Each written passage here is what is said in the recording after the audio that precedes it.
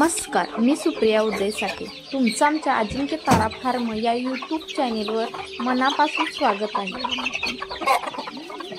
आमच्या अजिंक्यला सुद्धा आमच्या व्यवसायाबद्दल आम्हाला काहीही शिकवावं लागलं नाही.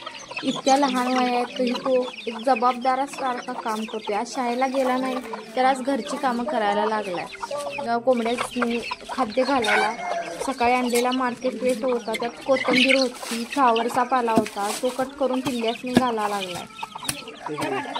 आमचं कोंबडी पालन जरी हॉटेल वेस्टवर जरी चाललं असलं तरी आम्ही लहान पिल्लांना विकतच फीड घालतो, कारण की हॉटेल वेस्टनं पिल्ल्यांना संडासचा त्रास चालू होऊ शकतो आणि एकदा पिल्ल्यांना संडासला लागलं की ते वाचण्याची शक्यता कमीच असते.